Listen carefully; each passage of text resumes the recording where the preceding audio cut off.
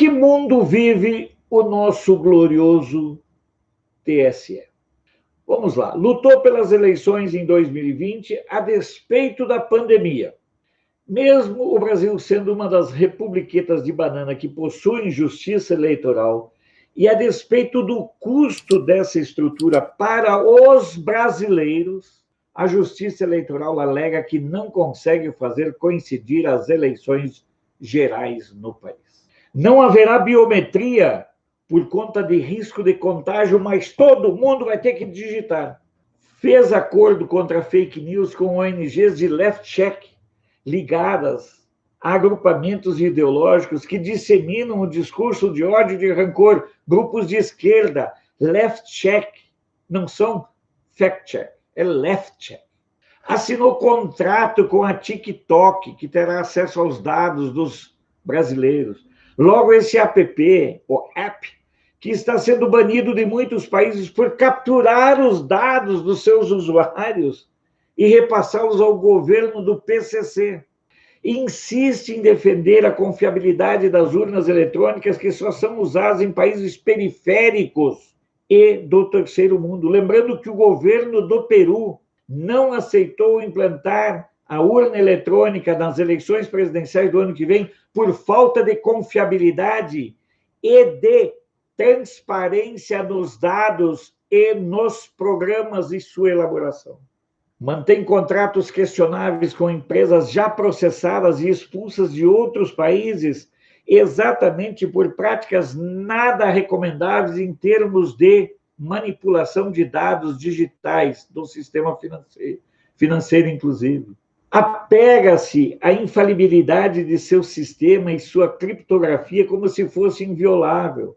Eu já disse para vocês, a minha dúvida na urna eletrônica está na feitura do programa, com a inserção de códigos, com a inserção de algoritmos.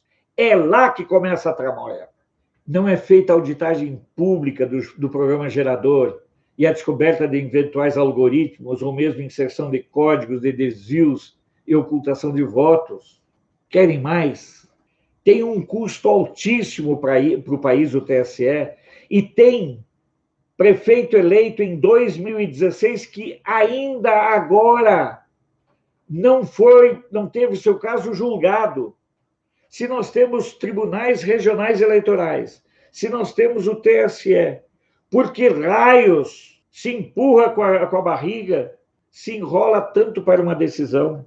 Nada justifica essa quantidade de recursos, essa quantidade infindável de ações, de vai e vem, de prazos.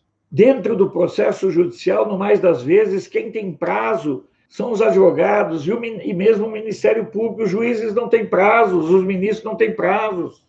É preciso mudar isso.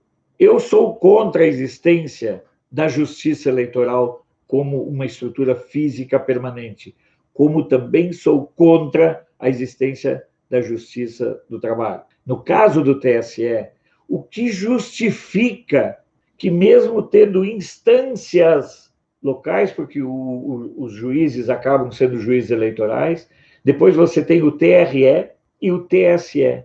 Que justiça é essa que um prefeito que teve sua eleição contestada em 2016 vai concluir o mandato em 2020 e muitas vezes vai ser candidato à reeleição sem que a sua demanda ou a demanda dos seus adversários em 2016 tenha sido julgada? Isso é um culto à impunidade. Justiça que tarda é justiça feita sob medida para envolver corrupção. Essa quantidade de recursos meramente protelatórios, essa quantidade infindável é para alimentar a indústria da judicialização da política.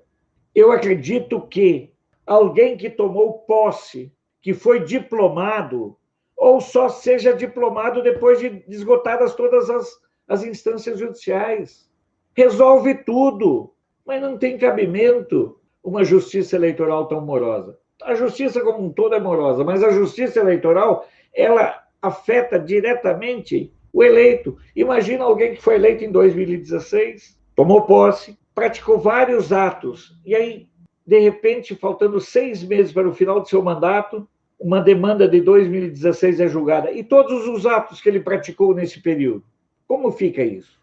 Nós temos que repensar o papel do TSE. Eu sou contra a existência dele, mas na medida em que ele existe e compreende tantos interesses, é mais do que hora de dar uma agilizada, de mudar os ritos para evitar que um mesmo processo tenha 50, 100, 200 recursos. Fazer política no Brasil é mesmo um exercício para desestimular as pessoas honestas a participarem. E isso é uma lástima. Portanto, eu não sei em que mundo vive o povo do TSE.